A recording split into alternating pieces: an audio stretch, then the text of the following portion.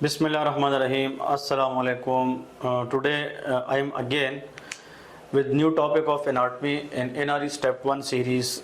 This is head and neck area. क्योंकि हम yesterday जो टॉपिक कर चुके हैं that is about perineum. तो अगर आप लोगों ने वो टॉपिक नहीं देखा है तो आप लोग आई बटन दबा के उसकी लिंक आप लोगों को शो हो रही होगी। पहले आप उन वीडियो को देखें, फिर इसके बाद आप लोग हेड एंड नेक में आएंगे तो आप लोग की जो सीक्वेंस है मतलब लेक्चर्स की टॉपिक समझने की वो बरकरार रहेगी और आप लोग टॉपिक को बेहतर तरीके से समझ भी पाएंगे। ठीक है, तो चलिए स्टार्ट करते हैं। जो हेड एंड नेक एरिया है ये एक कॉम्प्लिकेटेड एरिया है और बहुत इम्पोर्टेंट वाइटल एरिया है एनाटॉमी के अंदर। मेजॉरिटी जो बहुत सारे इम्पोर्टेंट स्ट्रक्चर्स है वो हेड एंड नेक एरिया के अंदर पड़े होते हैं। ठीक है जी, हम इस पे एक दो लेक्चर्स मज़ीद भी लेंगे। तो आज हम इसका फर्स्ट लेक्चर लेने जा रहे हैं जो हेड एंड नेक के अंदर मेन पॉइंट्स है वो कौन कौन से हम कवर करेंगे, जिससे आप लोगों की आने वाले एग्ज़ाम के अंदर एनाटॉमी में अगर हेड एंड नेक पोर्शन से एमसीक्यूज़ आ जाए ताकि आप लोग वहाँ से उनको आसानी से क्लियर भी करें और आप उन एमसीक्यू की आंसर भी करें। तो सबसे पहले हेड एंड नेक में जो इम्पोर्टेंट टॉपिक है दैट इज़ कॉल्ड फंटनेल। जो न्यूबॉर्न बेबीज होती है न्यूबॉर्न स्कल के अंदर फंटनेल होती है। आप लोगों को पता है जब न्यूली बॉर्न बेबी पैदा होता है तो उसकी स्कल में यहाँ पे डिप्रेस्ड एरियाज होती है। उन डिप्रेस्ड एरियाज को हम क्या कहते हैं, फंटनेल कहते हैं। मैं बताता हूँ, आप लोग अगर अपनी एनाटॉमी के नोट से पढ़ेंगे या बुक से पढ़ेंगे या मेरी वीडियो को आप लोग पोस्ट करके मतलब थोड़ा सा डिफरेंसेस समझ जाएंगे सो दैट विल बी मतलब cover each and everything. Actually fontanelle दो होती है। जो न्यूबॉर्न स्कल होता है इसमें फंटनेल दो होती है, एक फ्रंट में दैट इज एंटीरियर फंटनेल और एक बैक में जिसको पोस्टीरियर फंटनेल हम कहते हैं। जो एंटीरियर फंटनेल है एनाटॉमिकली अगर आप देखें वो डायमंड शेप होता है, पोस्टीरियर फंटनेल ही वो ट्रायंगुलर शेप होता है। एक डिफरेंस हो गया। Anterior fontanelle lies between frontal and parietal lobe. जो फ्रंटल और पैराइटल बोन्स होते हैं उनके दरमियान होती है और जो पोस्टीरियर फंटनेल है ये पैराइटल और ऑक्सीपिटल बोन के दरमियान होती है। दूसरा डिफरेंस हो गया। जो एंटीरियर फंटनेल है it is usually close by the age of 18 months to 24 months और जो पोस्टीरियर फंटनेल है it is usually close by the age of 12 months or 1 year. So these are the three classical anatomical differences between anterior fontanelle and posterior fontanelle. What are the significance? Being a medical student and being a doctor, we should know what are the different significant point for fontanelle. Number one, अब फंटनेल nature ने newborn की school में इसलिए रखा है कि जब newborn baby पैदा होता है through NVD normal vaginal delivery तो ये फंटनेल सॉफ्ट होते हैं तो आसानी से जो बच्चा है वो बर्थ कैनाल से पास हो जाता है। So it help to make the delivery easier, number one. Number two, fontanelle का फ़ायदा यह है कि जब बच्चा पैदा हो जाए तो पीडियाट्रिक वाले पॉइंट्स के अंदर हम फिर बाद में डिस्कस करेंगे कि स्टिल आफ्टर द बर्थ बच्चे की जो ब्रेन डेवलपमेंट है वो 2 साल तक होती है। तो अगर फंटनेल होंगे तो जो बच्चा होगा मतलब यह है कि उसकी ब्रेन डेवलप होगी तो उसके लिए स्पेस ज़्यादा चाहिए होगी और वो एक्स्ट्रा स्पेस ब्रेन डेवलपमेंट को प्रोवाइड करना ये भी फंटनेल का काम होता है। 2 बातें हो गई। तीसरी बात, अगर बच्चे में कोई पैथोलॉजी है फॉर एग्जांपल कोई ट्यूमर है या एनी स्पेस ऑक्यूपाइंग लीजन है ब्रेन के अंदर जिसकी वजह से फंटनेल बल्ज हो जाती है तो हमें यह बताती है कि there is some pathology which can cause raise ICP. या बच्चे के अंदर डिहाइड्रेशन है तो पानी कम होने की वजह से डिहाइड्रेशन की वजह से फंटनेल बिकम डिप्रेस। तो प्रैक्टिकली क्लिनिकली फंटनेल के अंदर चेंजेस आने से भी हम पैथोलॉजीज को डिटेक्ट कर सकते हैं। So these are the most important clinical significance of the fontanelle. तो फंटनेल को आप लोगों ने समझना है। इसके बाद जो सुपर इंपॉर्टेंट टॉपिक है और आप लोगों ने इसको ज़रूर याद करना है फॉर एग्जाम, वो है स्ट्रक्चर्स पासिंग इन क्रेनियल फोसास। देखिए हमारा जो स्कल है इसके अंदर कुछ एरियाज है जहाँ पे डिप्रेशन है। क्रेनियल कैविटी के अंदर क्रेनियल फोसास है, anterior cranial fossa, middle cranial fossa and posterior cranial fossa.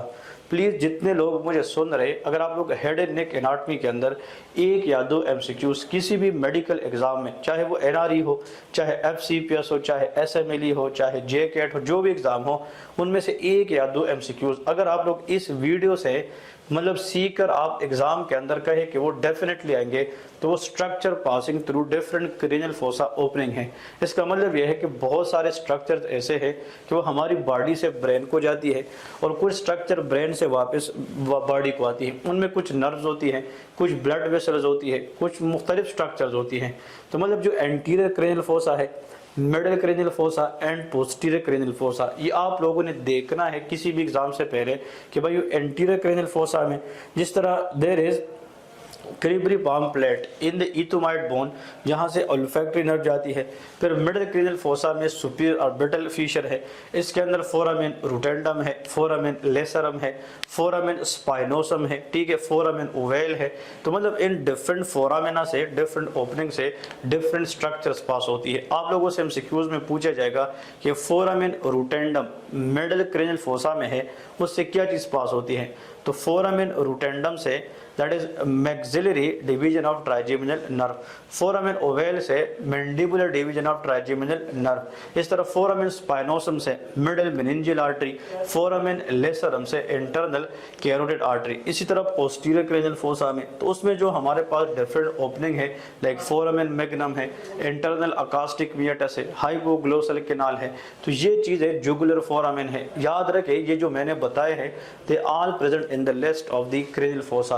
So there are 3 fossas and 3 fossas has different opening which allow different structure to pass from it. So this area is very high yield and super important for the exam.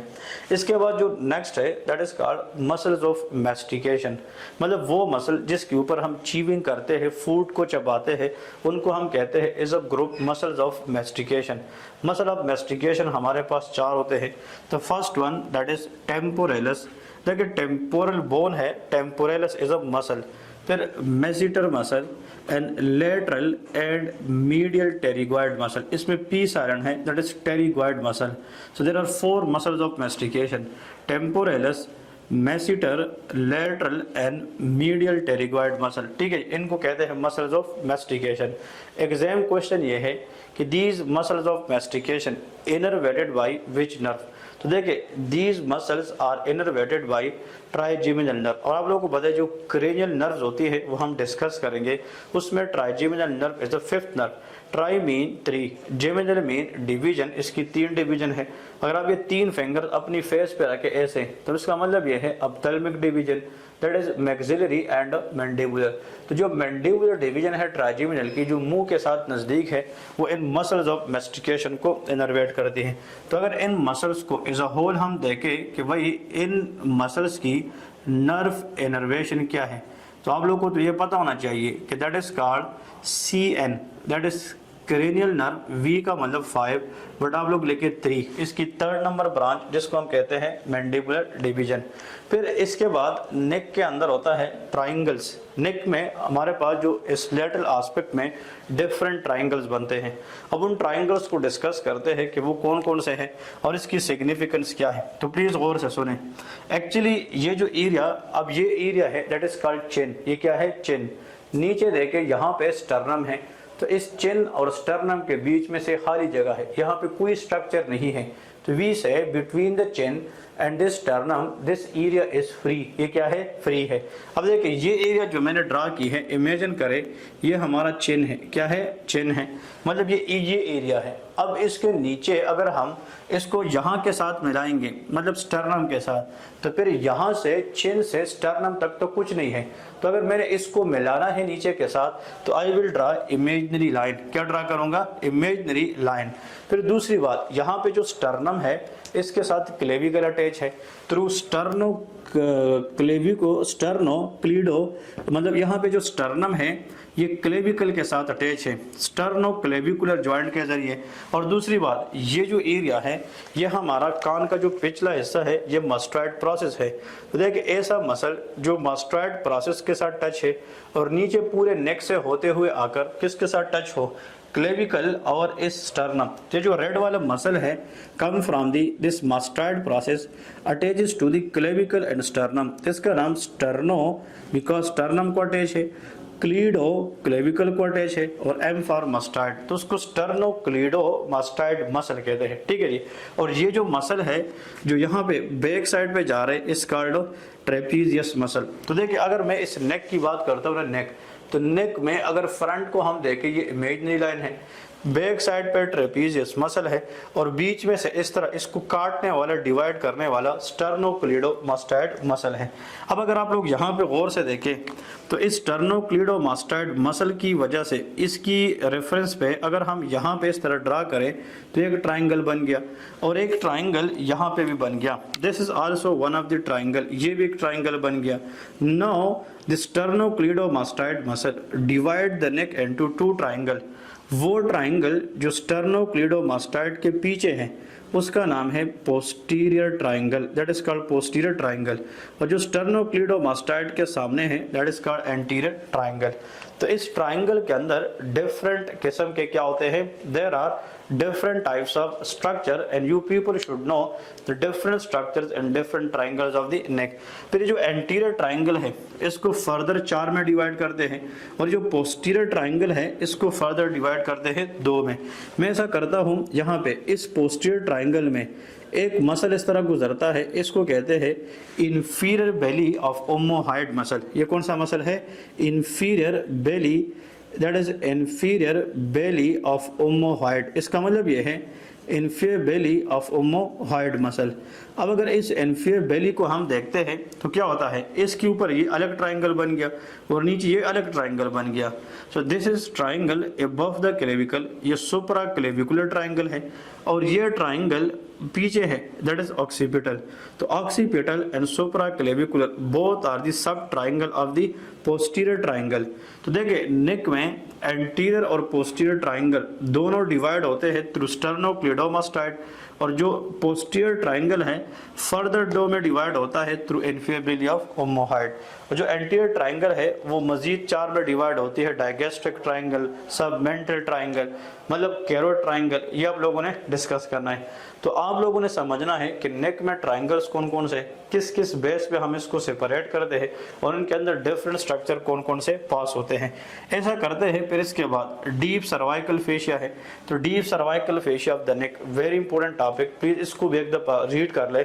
मैं terms बताता हूँ, ये चाहे आप लोग definition के लिहाज से देखें या इसकी एनाटोमी की रिलेशन देखें। What is called pre vertebral fascia, pre tracheal fascia, what is meant by carotid sheet, मतलब आप लोगों को पता होना चाहिए जो कैरोटिड शीट है उसके बारे में पता होना चाहिए। और ये सारे के सारे जो एग्जाम के अंदर आते हैं, तो deep investing layer of the neck क्या है, so deep cervical fascia is also very important. So it is what from the head and neck today. ये इसमें एक पहला ट्यूटोरियल बताया है, आप लोगों को दिन में इतनी चीज़ें इसलिए बताता हूँ कि आप लोग बैक एंड पे जाकर अपने नोट्स के अंदर उसको रिवाइज करें और उनको इंशाल्लाह बैक एंड से देखते जाए। कल इंशाल्लाह हम इसके ऊपर दूसरा पार्ट 2 भी अपलोड करेंगे। तो आप लोग इस चैनल को लाइक करें, सब्सक्राइब करें और बेल आइकन दबाएं, ताकि इस तरह की मज़ीद जब हम इम्पोर्टेंट वीडियो डालेंगे तो उनकी नोटिफिकेशन बर वक्त आप लोग के पास आती रहे। Thank you so much. Allah हाफिज़।